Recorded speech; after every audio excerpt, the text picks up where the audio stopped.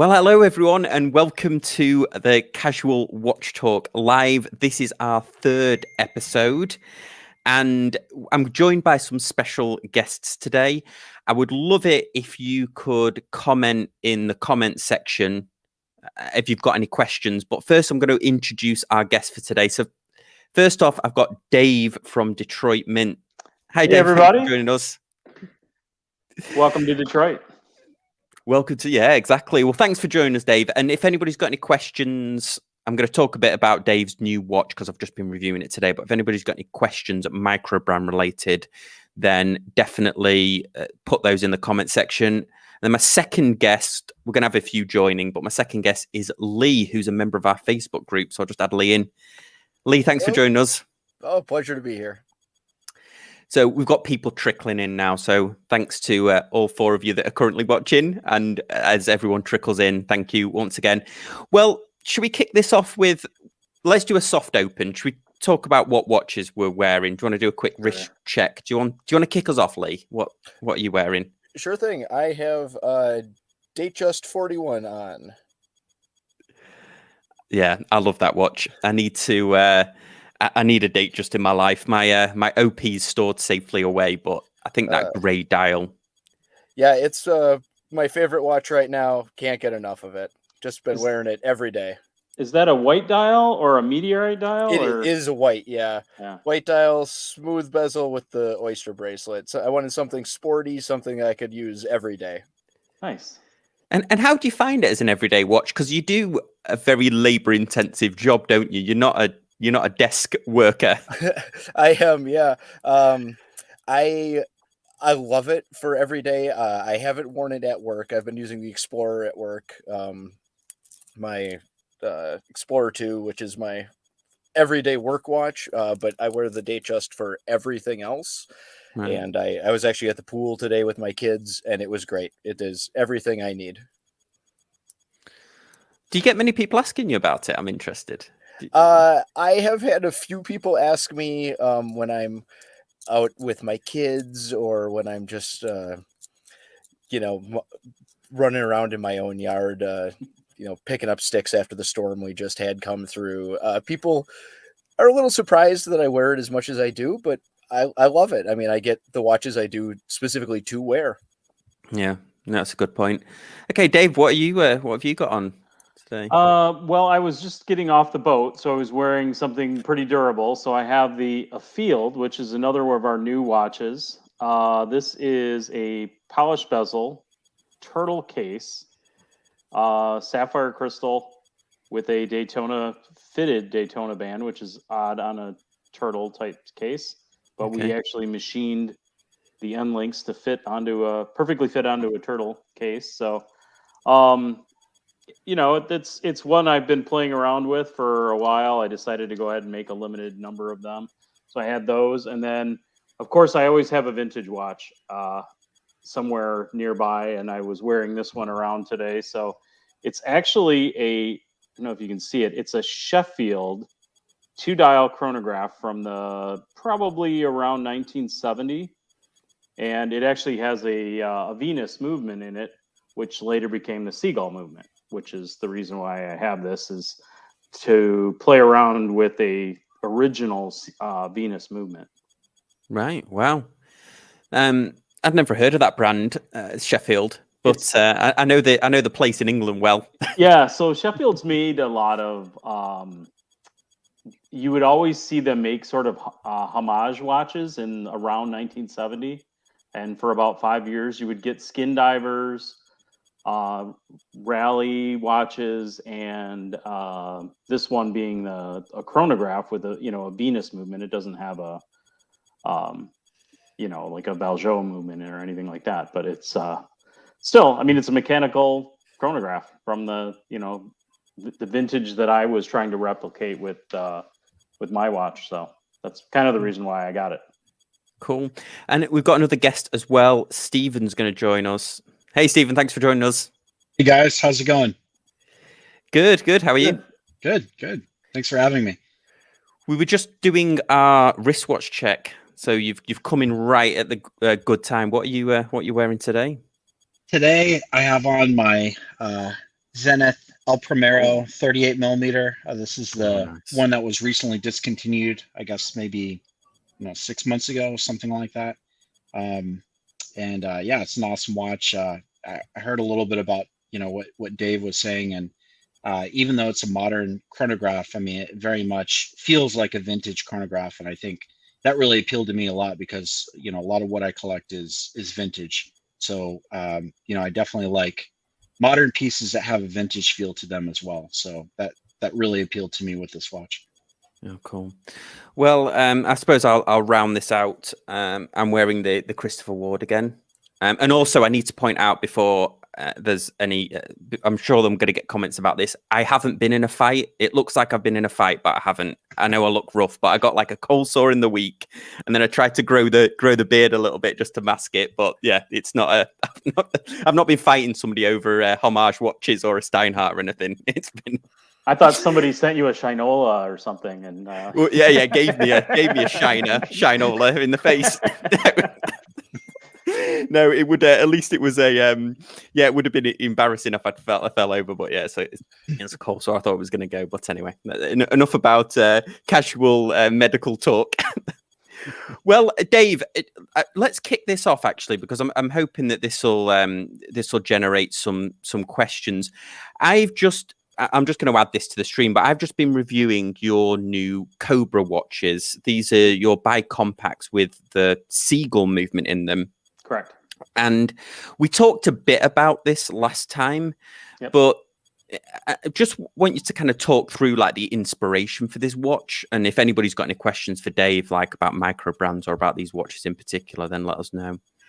Yeah, so it started with the, I was watching the movie Ford versus Ferrari. I get a lot of my inspiration from famous watches from movies. So I was watching that, and Matt Damon's character was wearing a Heuer, a vintage Heuer from around that. It was pretty period correct. Now, I believe that Carroll Shelby actually wore a gold Rolex Datejust in reality, but in that movie they were all wearing racing chronographs, which were pretty standard, really tool watches for the guys to wear at the time. So the one in the movie was a Panda chronograph, and when I learned about it was Heuer was making one with a 1/100th of a minute chronograph hand, so that the guys could time their lap times in 1/100ths of a minute. And so I started looking for, how many of those that's kind of a unique spin on the chronograph. So I started looking for them, and very few of them existed. There's the vintage Heuers, which are very hard to find. And I think Breitling made some as well. And so anyway, I went in and kind of tried to design that up myself. And we came up with this design to put it on the rehole, or instead of just a flat chapter ring, we actually put it up on the rehole, and the numbers are always in red. And then on the black version, it's a silver ring with the red on it. So and so it was kind of inspired by Ford versus Ferrari, the movie, and the two main characters. One wore a white and black Panda. The other one wore a black chronograph. And then also I was reading in one of the books on famous vintage watches about Carroll Shelby and his promotions that he endlessly did. And he actually had Heuer make Shelby watches in the 60s for the release of the Shelby vehicles that went out only to the 500 dealers in the US that sold the Shelby vehicles. Oh, wow. And to my knowledge, there's only a handful of, they were like a promotional watch. These dealers got them, one of a bunch of things they've got. I don't think many of them kept them. So there's not a ton of them that are well documented right now. So I think that was a very cool watch. And it had more like a Shelby Cobra with the Shelby logo and everything at the 6 o'clock position. So I was like, oh, I could do a Cobra that looks like a D shape for the Detroit Mint version. So that was thus the Cobra, thus the 2-dial chronograph.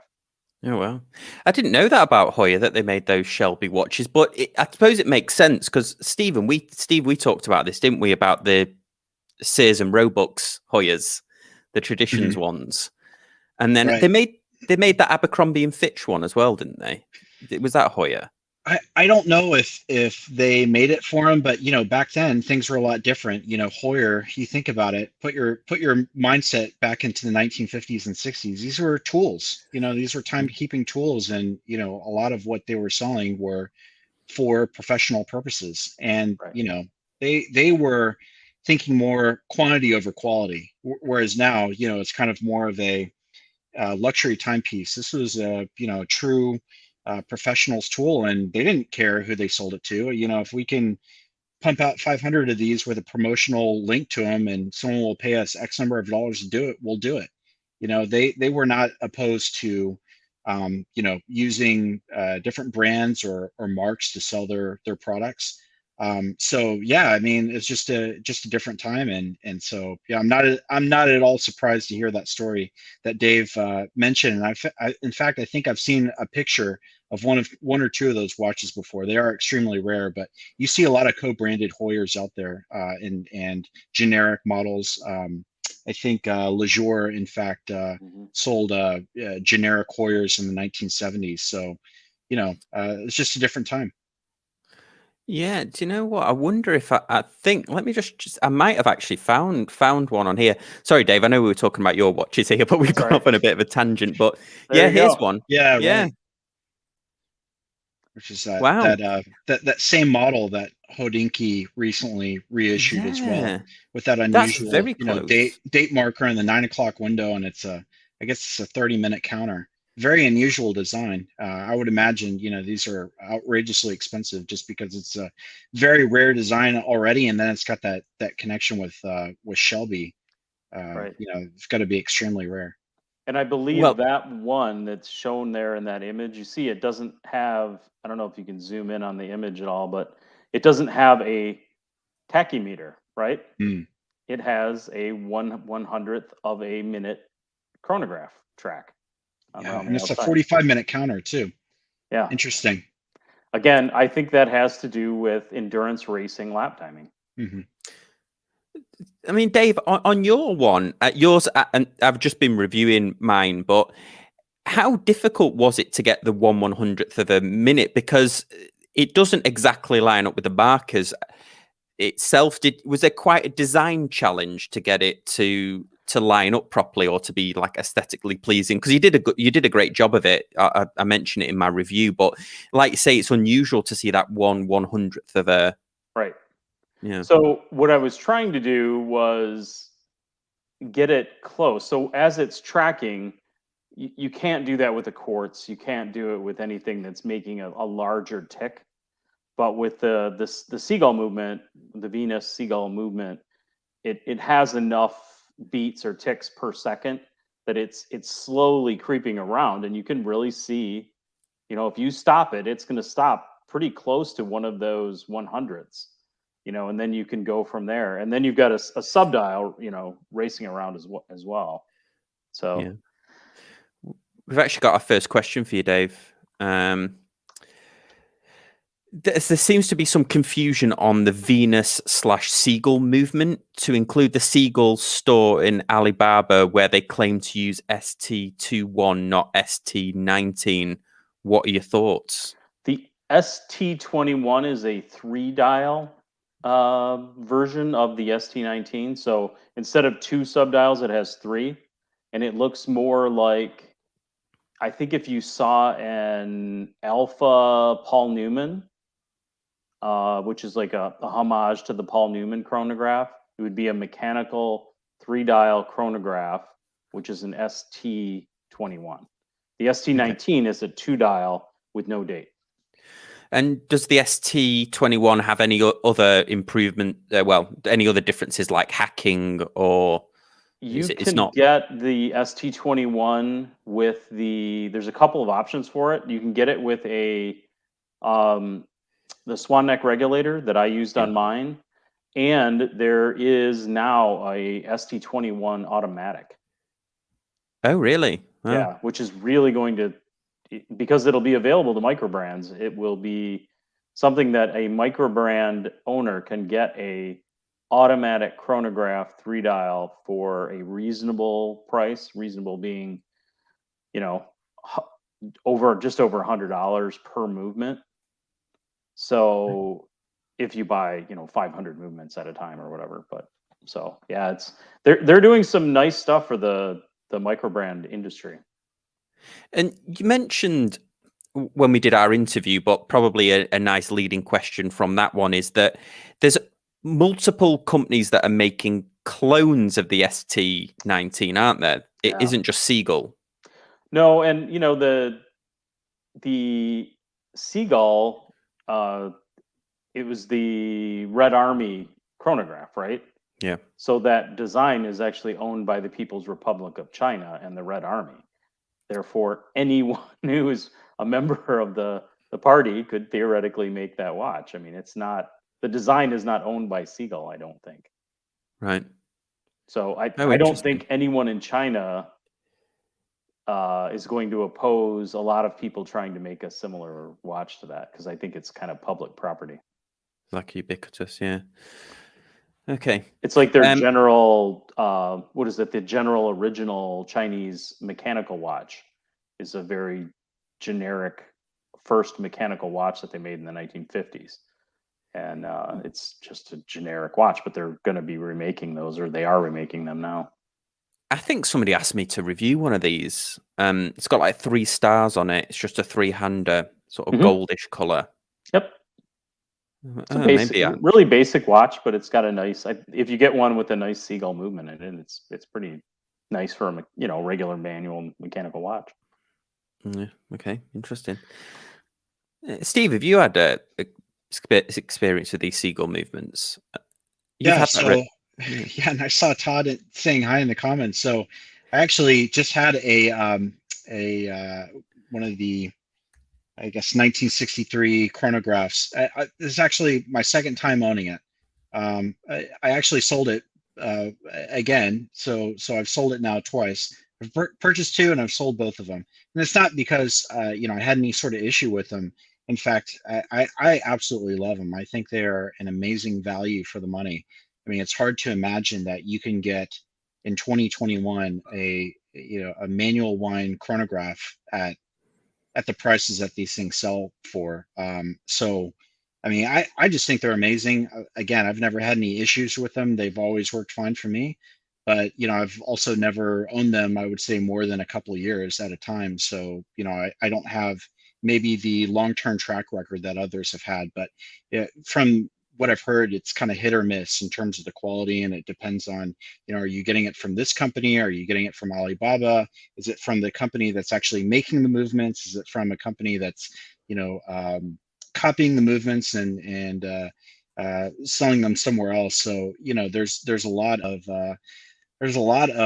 these models out there, a lot of variations, and so it's really hard to understand, which batch is better than the others. But I think for someone like Dave, you have to have confidence that you're going to, be putting a good movement in your watches. And I think that if they weren't good, then people wouldn't be using them. So the fact that you still see a lot of companies using these movements really says a lot. It's probably the best option out there as far as a manual wind chronograph that's, relatively reasonably priced. And, it seems to be reasonably reliable as well. So, people are using them. Yeah. And I go ahead and, I have mine regulated before they ship them. And then when I get them and finish the assembly or customization, I check the regulation and because mine has the swan neck regulator, I can tweak mine a little if I need to. But I never ship one that's off by more than, 6 or 7 seconds per day. I mean, they're always within 10 seconds a day regulation. And I think that's a big difference with like a micro brand. We can do that. I ship, if, like tonight I have to build 2 of those, right? It's 2, right? I can build 2 and tune them and make sure they're perfect before they go out. Mm-hmm. A bigger brand really can't do that. Right. And I think it's also important to know that, with these movements. This is not a brand new design, for the 21st century. This is 20th century technology. Right. Here's one right here. Right. I've got vintage chronographs, and they are just not meant to be chronometer spec. And I think you just kind of have to come into that as a buyer, with the assumption that this watch is probably not going to run exactly perfect all the time, but I'm okay with that because it's such a neat piece, and if it has a display back, I can see the movement in the back, and it's just such a fun piece to wear. So, I think as long as you come to with that mindset, I think, you'll be okay. But if you're expecting quartz perfection out of these watches, it's just not going to happen. It's not realistic. Absolutely. Well, let's move on.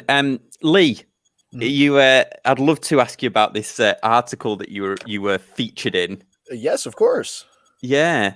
So, and this will probably a good topic for discussion, but the article you referenced on the Facebook group, and if anybody, please come on over and join our Facebook group.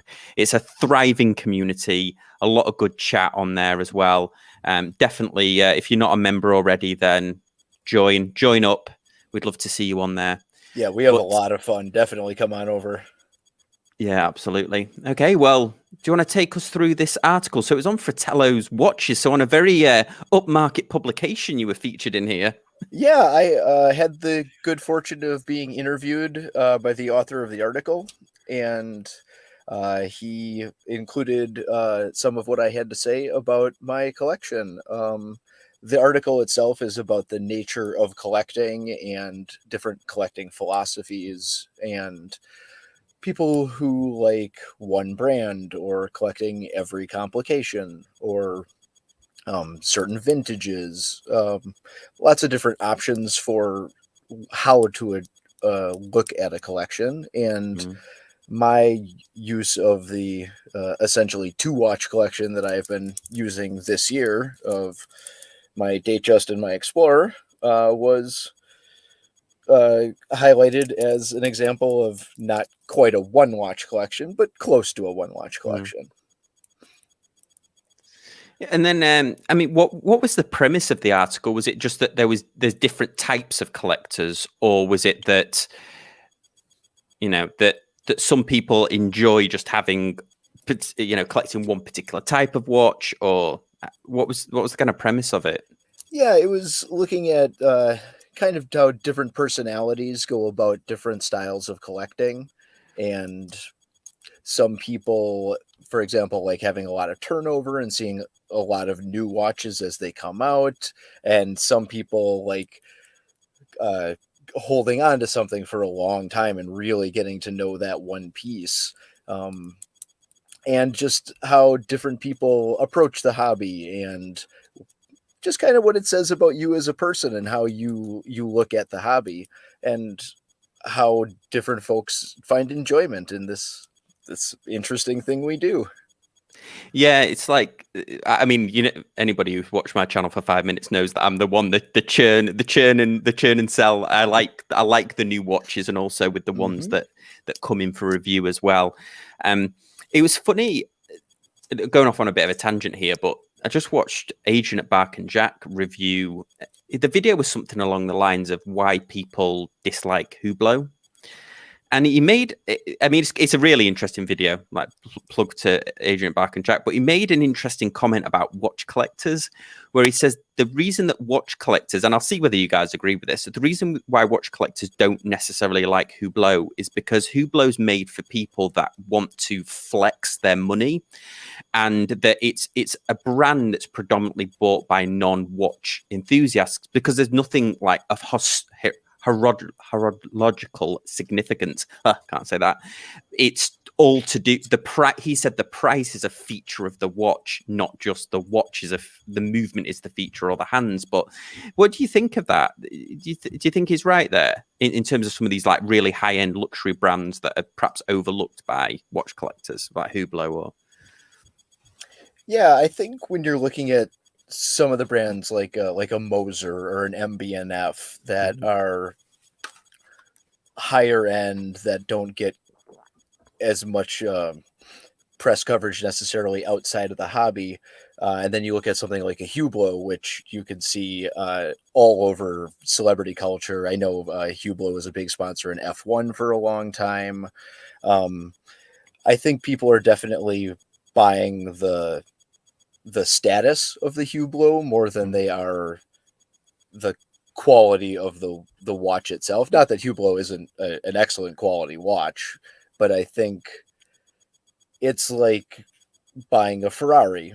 If you don't know anything about cars, you still know Ferrari is a great car. If you don't know anything about watches, you know Rolex is good. You know Hublot is good. Yeah. You might not know Vacheron, but you probably know Hublot.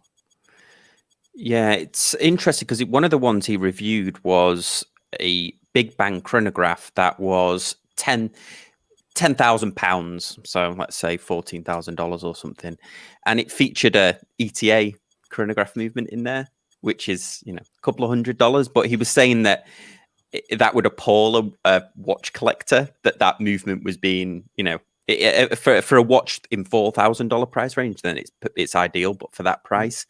And it was interesting because he was saying that that's an example of why people that buy Hublot, that the price is a feature, they're flexing the price. But I mean, Steve, I've never even seen a Hublot I've seen them in the window, but I've never held one. Have you ever seen one in person?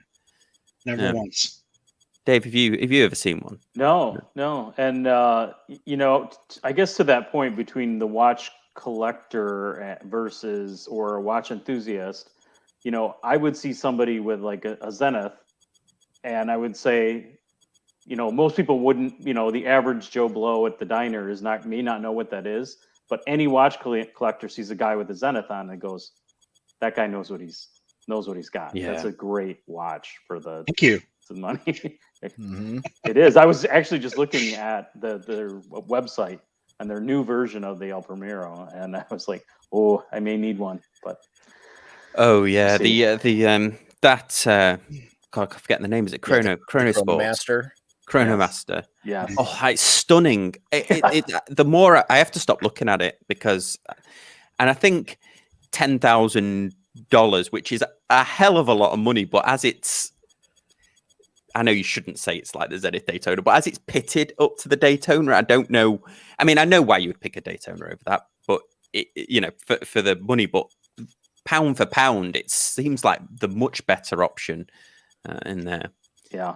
Yeah. And again, really I think it's a watch collector's, watch enthusiast watch. Mm-hmm. Yeah. Whereas, some of the other ones that we're talking about that are super expensive, but maybe they don't have a unique movement or they don't have the horological history. They're more trend setting. They're trendier watches right now, which is great. I mean, sometimes trendy watches become, the next Rolex. You never know.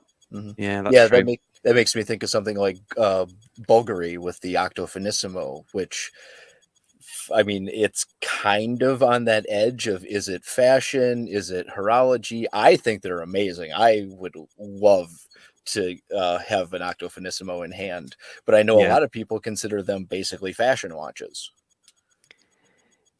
Yeah, it's that is a lesson in simplicity of design, isn't it? But creating something unique. I mean, it's I'd love to see one of those in person.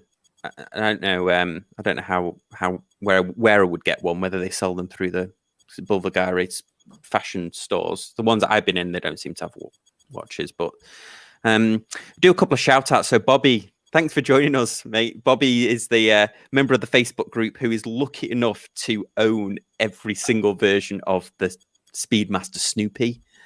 Incredible. You'll have to come on, Bobby, one day and talk about it. We'd love to have you on. Now that is a specific form of collecting, to the point that we were just talking about. Absolutely.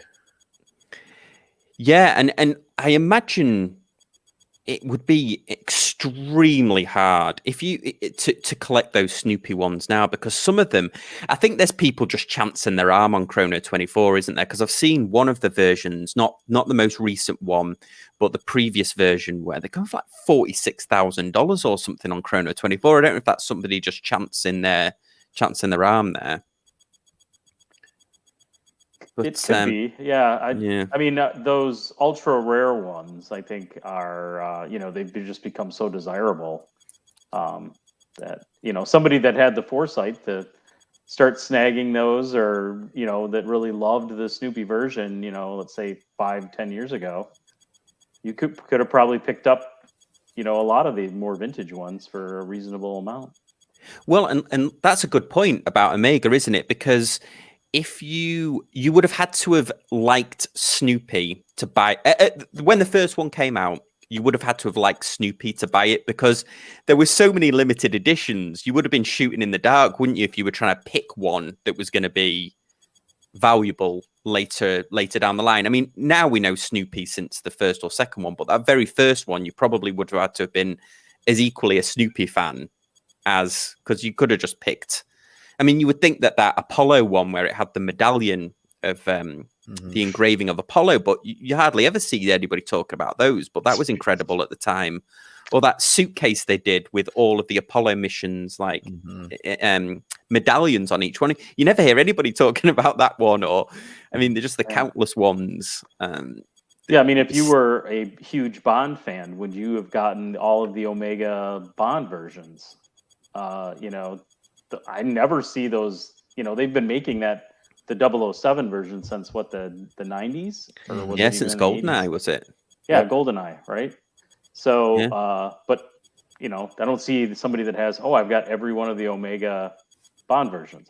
I've not heard of that targeted of a collection. I've heard of people that have every Bond watch, from the original, the Rolex to the the current Omega Seamaster, and all of the digitals in the 70s, which are, as you know, I've got 2 of those. Well, and that one-off Breitling that they made, that huge Breitling with the extra piece on that was like a depth gauge. I can't even remember what film that was in. Was it Thunderball or something, where he had that one-off custom? I think it was Breitling. Somebody here was saying that several years ago he was wearing a watch on an air flight and was mistaken for a Hublot. In reality, it was a $300 quartz. I honestly, it's because obviously we get kindly I get kindly asked to review a lot of watches, and it's amazing how many micro brands have gone for that Hublot look. And I think it's a shame, actually, because I think there's maybe somebody that's making these aftermarket Hublot cases, but they're gravitating towards that Hublot look. In fact, I think I even might have replied to somebody saying it's a shame that you've kind of gone this route with it. People want what they can't have, So, I definitely felt that way when I first started collecting, going after homage watches. And I think, that's a large part why the homage industry exists, is because, people want that Rolex, and they can't afford it. So why not buy a Starnhart? Why not buy something else that, has that look and has that feel? If I can get it for less, that's great. Or, maybe I want to get this watch at some point in the future, but I'm not sure if I want to truly own it. So, this is kind of like a training wheels, is to kind of get the homage version first to see if you really like it. Obviously, it's a little bit different with Hublot. Probably if you're buying one of those, you don't really even care about the price in the first place. But it's interesting. I don't blame people for wanting to buy that. There's always going to be that market out there for there. Yeah, and we could do a whole other one on homage watches, because my kind of view on it. But I think that even buying a homage of a certain watch, because there's certainly a Rolex, because there's no real comparison in quality between they're worlds apart, isn't there? There's not like a narrow gap between a Steinhardt and a Rolex. There's a whole. I mean, people will argue that there's not, but there's definitely a hole. So whether it would put you off saving for the real thing, because that was the argument when people used to pirate music, wasn't it? It's like, I'm just trying the album out just to see if I like it, and then Metallica are like, no, buy our music. Deservedly so. Well, guys, keep the questions coming in, but we had an interesting one on the Facebook group the other day, and I'm going to let me find who actually asked it, but it was is there a watch? Oh yeah, it was Richard. You know who you are on the Facebook group. It was. Is there a watch in your collection that you don't often wear, but when you go back to it, or when you discover it, or when you look at it, you really like it again, and you're like, oh my, I'm glad that I bought this. I'll kick this off. Mine is definitely my Seiko Turtle. Like, I don't wear it all the time, and it's kind of stored away in a box. But when I pick it up and I look at it, I'm like, wow, that's a really good watch. But I must like forget each time. I suppose it's like when I watch, you know, like I guess a Star Wars film or something, and you've even though you've watched it 100 times, you still forget. And you're like, oh my God, this is a good film. But mine's like the Turtle. I always go back to it. That's why I probably would never sell this, because every time I go back to it, I'm like, wow, that's a really well-designed watch. But is there ones, guys, I mean, Steve, I suppose I'll start with you. Is there one in your collection that will never leave because you just, when you pick it up, you're just reminded of why you bought it in the first place? Well, I can't say that it'll never leave, because I'm a lot like you in the fact that I go through watches frequently. And to kind of answer Lee's response in a roundabout way about, collecting, the way that you collect. I mean, I feel that a collection is kind of a living and breathing thing. And so I'm constantly adding and removing pieces from that list. But this is one that I purchased about maybe 2 years ago. It's very hard to see. I apologize. It's a Breitling Genève chronograph. Basically, it was in the old stock condition when I got it. And, I really love 1970s era chronographs with these sort of barrel-shaped cases. This one, there's actually quite an interesting story behind it. I don't really wear gold watches that much. I mean, I feel like I really have to be in a mood to wear it. So I almost never wear this watch, but when I do wear it, I love wearing it because it just sparkles so much, and it just has such great presence. And, I just think it's such a neat piece to own. I don't know if I'll keep it forever, but, I really do enjoy having it. I think everyone should have at least one gold watch in their collection, and especially a gold chronograph, because it's just such a statement piece. And so I just really enjoy, putting this thing on, and it's got a Valjoux 7736 3-register movement, so it's a lot of fun to wear. I really do like it, but I almost never wear it. Yeah, Dave, have you got one that you always go back to that you've had a while? Yeah, I have a date just that is a blue dial Roman numeral date just with the fluted bezel. It's a 36 millimeter. And I got mine it was around 2000 that I bought it. So it's, I've had it for 21 years now. And at the time I bought it, it was already a 10-year-old watch. It was a 1990 model. But remember, I'm buying a 36 millimeter Rolex in 2000 when the trend was buy big watches. Everybody wanted a big watch. And I'm like, no, I wanted a classic date just. And I wanted it because I saw a picture of Martin Luther King wore a gold one, exactly the same with the Roman numerals, all gold band. I think Lyndon Johnson and John Kennedy wore the one like I have. They have either a blue dial or black dial Roman numeral version. And so I was looking for one of those, and I happened to cross the used one, and it was beautiful. I took it to my Rolex AD to have it checked out, and they were like, "This is amazing. How much are you paying for it?" And I'm like, "I'm not telling you." It was, only a couple $1,000s at the time, and it was in spectacular shape. So the person really wanted to get rid of it, needed the money. The economy was a little slow. So anyway, I got it. I'm very happy with it. It was my first luxury timepiece I ever bought.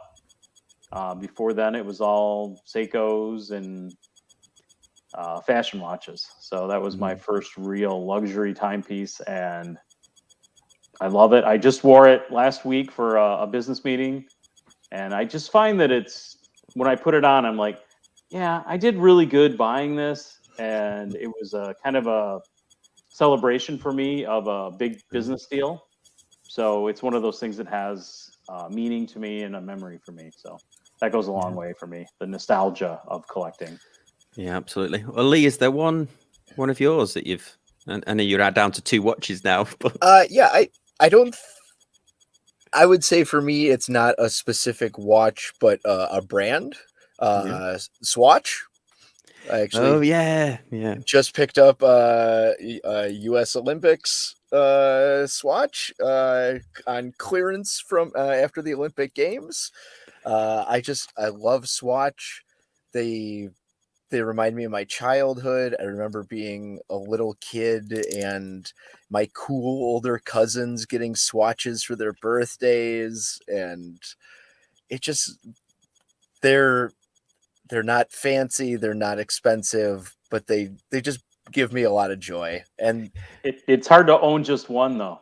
exactly, yeah, at the price point, Yeah. it's fun to just pick them up and just have them because they're fun. Right. Yeah, it's amazing. I mean, I'd like to fantasize that throughout my youth, I had, fond memories of people wearing Rolexes and stuff like that. And that's not the case. My mum always wore she's got a nicer watch now, but for years, she only ever wore black Swatch with the white dial. She had multiple of them. I remember when I was at school in, God, this is going to date me now, but late 80s, and they had the pop swatches, and you could actually put them through your jumper, so it looked like you didn't have to wear them on, or they came on that elastic strap, but they kind of had a friction case, and you could actually pop them through your t-shirt, so it looked like you were wearing a watch there. So that was the huge trend at the time. And then for years I wore a Swatch irony one at the first time the metal ones came out. This for years, this metal Swatch irony. And then I remember fondly when they bought that, I don't know if they still make it, but that skin one, that crazy thin watch that's 1 or 2 millimeters, I think. But yeah, I think like childhood memories are more to do with the plastic swatches than anything posh like a Rolex or anything. Certainly my granddad or my granddad had a lot of mechanical watches, and I've got his LCD watch, but there was no kind of Rolexes or Omegas. I think I was the first in the family to buy a luxury watch, so to speak. But Yeah, Lee, do you have a picture of you from as a kid with like 6 of them in different colors on your arm? I'm positive my mom does. Yes, on some family vacation where I made her stop in at a Swatch shop in Miami or something on the way to the beach. Yes. Yeah, that was the thing, right? Everybody wore multiples of them. Oh, in different colors. absolutely. Yeah, I remember one of my cousins had to have a different Swatch to match her outfit. Whatever she was wearing, purple, got to have the purple swatch, green, got to have the green swatch. Oh yeah. It's funny because the Swatch advert of the 80s should have been the opposite of the Patek one, where the Patek one is, you never actually own a Patek, you're just keeping it for the next. The Swatch one should have been, this watch will be lucky if it lasts 15 years. You are the only owner this watch will have, because the plastic is going to deteriorate. Obviously, the plastic technology has got so much better now, but I remember those early Swatches. I mean, I keep flirting with trying to track down the original Keith Haring ones, the graffiti artist ones, but you cannot find them in a decent condition for they're all, because they're irreparable. They're unrepairable, aren't they? Because they were built backwards. They're glued together, aren't they? I think. Yeah, I had one that the crystal cracked, a Swatch, and I did. I mean, I work on watches a lot, and I could not, for the life of me, get that thing to go back together correctly. And because you have to get the crystal off to get at any of the movement or anything, because you can't take the movement out from the backside. So yeah, it was a mess. I was like, okay, I don't know what I'm doing with this particular plastic watch, because that thing was mangled by the time I tried to get it apart. Yeah, I had a pager one, a Swatch pager watch. Swatch the Beat, it was fancy. called. Well, I found it a couple of. I still had it in my parents' loft. I found it, and I tried to pull out the battery tray, because it took that CR2023, a massive. My Breitling takes that for an example, and I just pulled the thing, and it just, the whole thing just fell to bits. It was too bad. Yeah, I think even when I had it, it was it had cracked a little bit. But that thing, it only ever works for a set period when the British Telecom at the time let that they opened up the bandwidth and gave it a phone number. But when that thing went off, the alarm was unbelievable. But I thought I was James Bond. I had a watch with a pager on it, and then you had all the pager codes like boobs and stuff you could send to people. Oh yeah. Or then if you had the one on the belt as well. Oh yeah, I had the belt pager. I remember those days. Yes. Yeah, and you had to run to a phone or whatever. Well, if you were really cool, you had the light up belt pager. That was. Oh yeah. That was fancy. Oh, I let Chris, somebody's asked where Chris is, and Chris, unfortunately, he couldn't make it today. He's away with his wife, but he talks about that, how special he felt with the one with the crazy lights on it. Yeah, because it was crazy for us, because I remember we had the pagers, and then we went into a whole phase in the UK of the Nokia phones, where Nokia was bringing a new phone out every couple of weeks. They were constantly evolving. And then whenever I would visit America before I moved here, everyone seemed to have one generic clamshell phone. It seemed like the Nokia craze hadn't quite hit. This was sort of late 90s, early 2000s. Everyone just had one, and they would all speak to it like a Star Trek telecom light in front of their face. The Motorola brick. Yeah, Todd is here. So, Todd, thanks for joining us. Oh, there we go. Can you hear me okay? Yes. Yeah. Sorry about that. I was here, and then we had a small emergency, and I had to bug out, and then I'm back. Oh, hopefully the fire was put out, was it? Or hopefully it wasn't an emergency of flooding or something. No alarms were called, so we're in good shape. Todd, you missed the wristwatch check, so you're gonna have to do it now. What are you wearing? Well, I think your guests would appreciate this. Seiko. Yeah, it's there we go. Pogue. It's a true Pogue. It's actually the same exact model that Colonel Pogue wore on the Skylab mission. So I've been very fortunate to find this one and have it restored. Yeah, it looks like the dial and the rehole and everything are all in beautiful color, which is rare because usually the rehole is very faded. Exactly. And so sometimes you used to be able to find them new old stock, and they're almost impossible to find now. There's a little bit of a halo around the subdial, which is normal. These gold dials kind of do this, but this is the 6139 6005 from September of 1971, which is the same month and a year that the Colonel's was. So it's on the same batch, basically. It's on the same batch, and it's just a fortunate piece. I hunt these. I'm a hunter. Some people do big game, some people do deer. Steve is involved with this a little bit too, because he and I send stuff. I've bought some stuff from him, but it's fun to go and you search the world for these things, and you find them, and then you find rare models, or you find parts ones. You could put something together. Yeah, my Bond digital watch that I'm looking at across the room right now is like that. I found a beautiful case and band, and it had everything in it. When I got it, the module was working, but just the LCD was just gone. Yeah, they're gone. Usually they're hard to find working. So I found a guy in Greece who had just bought out an old Seiko store, and I bought his LCDs that he had left for this model, and I bought two of them. That was all that was left, new old stock, and sure enough, one of them dropped on and fired right up. I was so happy.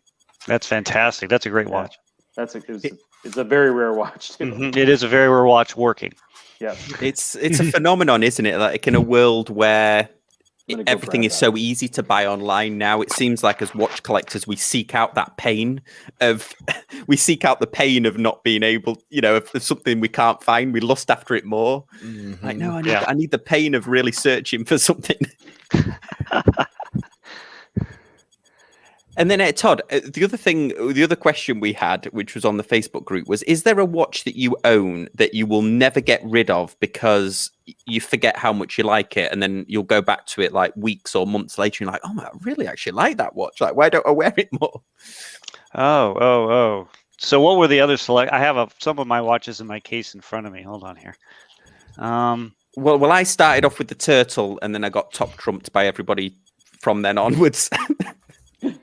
Yeah, I think I put in the Facebook group my Vostok, which I didn't bring down with me. That's one, because it kind of gets overwhelmed with all the other things that you have. Like Dave probably doesn't know, I have about 35 versions of these Seiko speed timers, and so I rotate through them in like this. Right. Try to get them in, not obviously every month, but I try to get them in close to that. So, and then I have my other Swiss watches and stuff like that too. So the Vostok sometimes sits there, and then I look at it, I'm like, oh, that's such a cool watch. And so, I put it on, and it's fun to wear. It's modded and that sort of thing. But this is the one I was. Oh, look at that. Oh yeah. Seiko Quartz, you've got. Wow. Oh, you've got the. So cool. Oh, that is cool. And you've got it in the box, and you've got the ticker tape thing that it punched out in the movie. Yeah, right? exactly. Yeah, That's in the cool. Bond film, it said 007 to report HQ. Oh, wow. So cool. That Was that a is. promotional item then they included in the box? No, I had it made. Oh, That is Sticker tape. How hard is that to make? cool. Come on. No, that looks really good. I thought it might be like a promotional thing they included with the watch I at the thought so time, too. to It shift makes more. sense. Yeah, Yeah. No, you can. It's just a ticker tape. That is neat. Yeah. So That it is was so a neat. fun one to put back together.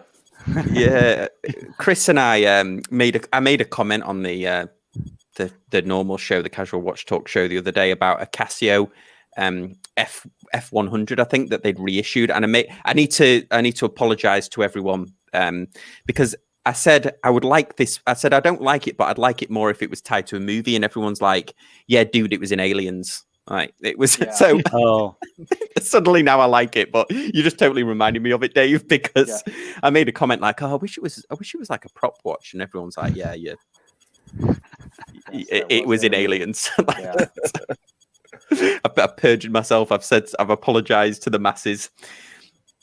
We've only got a couple of minutes here left, but another story that Chris and I covered that I think I would love to get your guys' opinions on is the one about Panerai, where they had that limited edition watch that you could only get if you went on this extreme sports experience with them.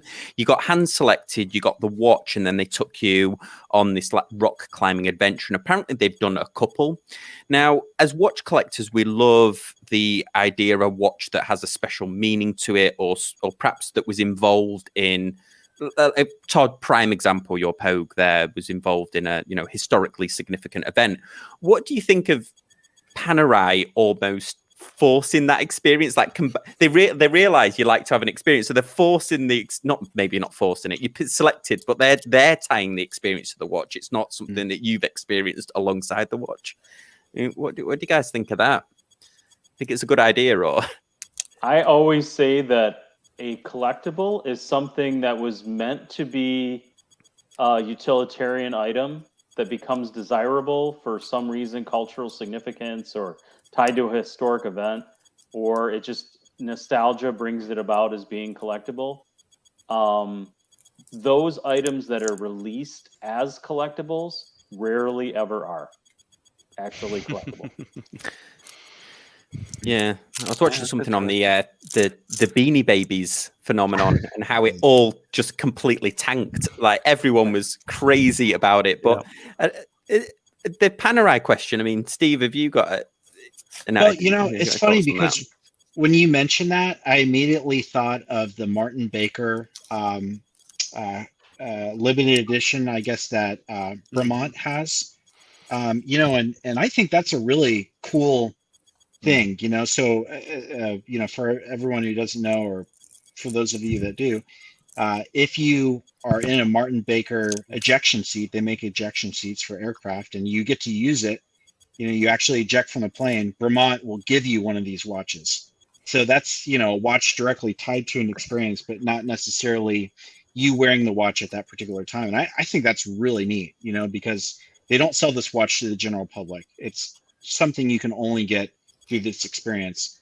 I do see what you're saying about the Panerai. I think it's very contrived, and obviously it sounds like a publicity stunt. I think if you really want the watch and you want to go through the experience, then by all means. I mean, BMW does the same thing where you can purchase a car in Germany and drive it in Europe for a while and then send it back to the US. So Yeah. I can kind of understand that a little bit, but it does seem a little contrived.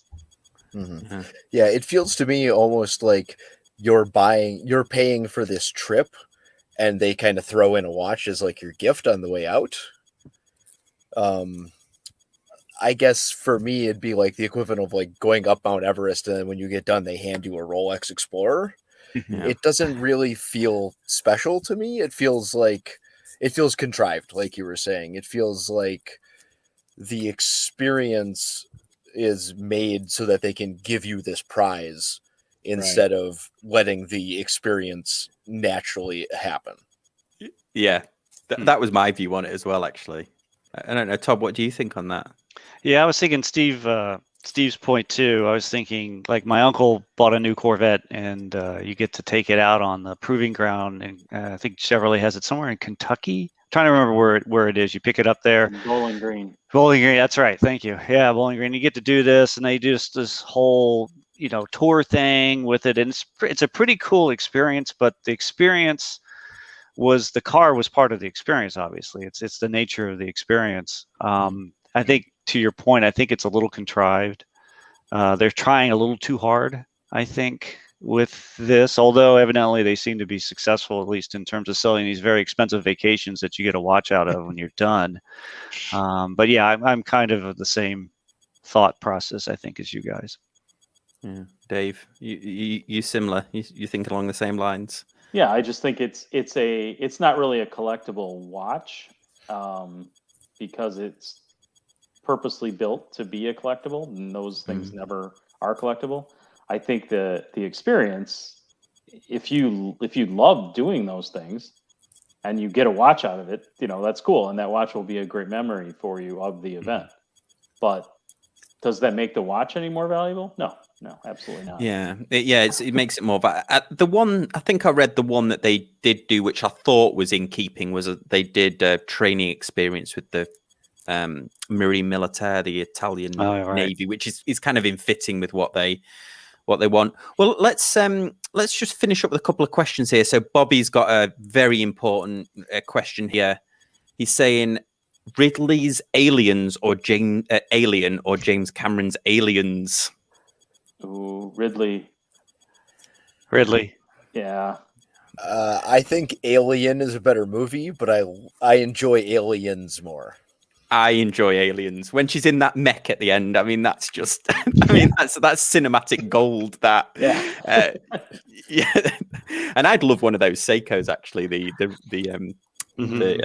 Ripley Seiko, but they're great. It's funny because TGV at the time was talking up that watch, wasn't he? And they were still available for $300 or something, and now they're well over $1,000. Let's see if we've got any other questions. Yeah, somebody's saying that rich people get bored, so Panerai's, dialing into that. Yeah, they're not wrong.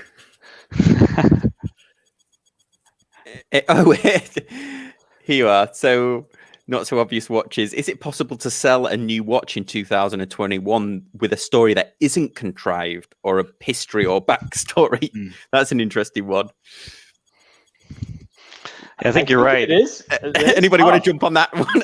No, I mean, that's tough because, like, for me as a micro brand owner, if you don't have a story, or if you're not connecting it to a movie, or you're not connecting it, or you're not selling a straight up homage or homage, or you're not trying to do a story of some sort, whether it's a personal story or something, it is hard to get somebody to buy something that there's no story behind. There's no reason to buy it. There's so many other very similar product out there. You need a reason to buy it. And for me, watch collecting, and for most people, I believe collecting in general is about that feeling of nostalgia that you get from collecting. And if you have a story that elicits a sense of nostalgia from somebody, it really helps with that. Yeah, I think that's the difference. Contrivance versus nostalgia. One of them feels very cynical. One of them feels very natural. Yeah, I totally agree. I got somebody, I won't say who it is, but somebody messaged me asking me to do a review this week, and the story was ridiculous. I mean, I just replied back, I'm not. It was like a generic fashion watch. They made this thing about how it had unique styling and all of that, and it was like, no, this is an Alibaba watch. Just own that fact. Yeah, you know, it you're was not disrupting the industry. Right. Exactly. You're not disrupting the industry. It wasn't two friends in a bar who came up with this idea. I won't name and shame them, but the backstory was it was ridiculous. Honestly, it was like, no, nobody's going to believe that. Right. Right. Well, I was going to show this one because, we all know. Yeah, we all know that some manufacturer of this, wants to remind us that it went to the moon a lot. And so, in fact, as we all well know, on the back of it, which you can't see here, this is the Hesselite, so it does say first watch worn on the moon. This is the last of the 1861s from 2020. I was able to get a good deal on it. But the point is that what really makes this so appealing, I mean, it's a great watch, but the technology is something that's from the 60s. It's a cam-driven chronograph. When I start it, you get that little shift, quickie little shift in the second hand, the chrono second hand, because of the way the cam levers operate, where actually the Seiko, you don't, because it's a vertical clutch system. So it's actually a little bit, I guess it's what the Lamagna 321 was before they made it a little bit, less fragile and made it into the 861 before this. But the story this tells, right, is awesome. I have like a little model Saturn rocket over here. I've got, I've got space books over here. And so just like, wow, this is the same model, more or less, right, going to the moon. That means something, I guess, to us in some way, to Dave's point, right? I totally agree. And one day I'll have to do a video on this, but I mean, I mentioned it in that top 10 things about the Speedmaster you may not know, but Omega have almost obscured Armstrong from any of the marketing, even though I know Buzz was the first to wear it on the moon, but Armstrong's story is as powerful. I mean, the timer broke, so he left his. Like, if his Speedmaster hadn't been left behind, they might have been left on the moon forever because they needed to time it properly. So, if anything, they should be having any. I mean, perhaps it's also because thankfully Buzz Aldrin's still alive, so he can obviously attend events and things like that. But it's funny how he's kind of Armstrong is kind of missed from a lot of the Speedmaster marketing, even though arguably his is the stronger story to do with the Speedmaster. But and what about the what's his name, the commander that was in the control module, orbiting? Yeah. I mean, he was the one actually timing the intercept. Otherwise, they would have just bounced off and crashed back into the moon. And I'm pretty sure he used the Speedmaster for some of those maneuvers. Right. Yeah, absolutely. That must be crazy, wouldn't it? Because I guess, I mean, even though the Speedmaster had been through all that rigorous testing, I mean, still, when they took it to space, they probably had, a slit, not a full 100% confidence that the watches would work as they were supposed to, because. But I know they weren't the first into space, but it was when they went on the moon. Still putting a lot of faith in your technology. Exactly. Well, guys, that was really interesting. We're at the hour now. Thank you for everyone that joined in. And any last words from anyone before I don't want to cut anyone off? No? Sam, I just wanted to mention to the group for all of the Detroit Mint watches that we've been kind of talking about, or I show every once in a while, I've added a 20% discount for the Casual Watch Review channel and the followers. If anyone wants to check out the Detroit Mint watches and wants to grab one, there's type in the word casual at checkout in your coupon code and you get 20% off any watch in the store. Oh, thanks for doing that, Dave. Yeah, I'll include that link in the description. Cool. Well, thanks everyone. We're going to end the live stream now. Thank you all for joining in, and we'll see you next time on Casual Watch Talk. Bye, everybody. Thanks, guys. Thank you. Hi guys. Bye bye. Thank you.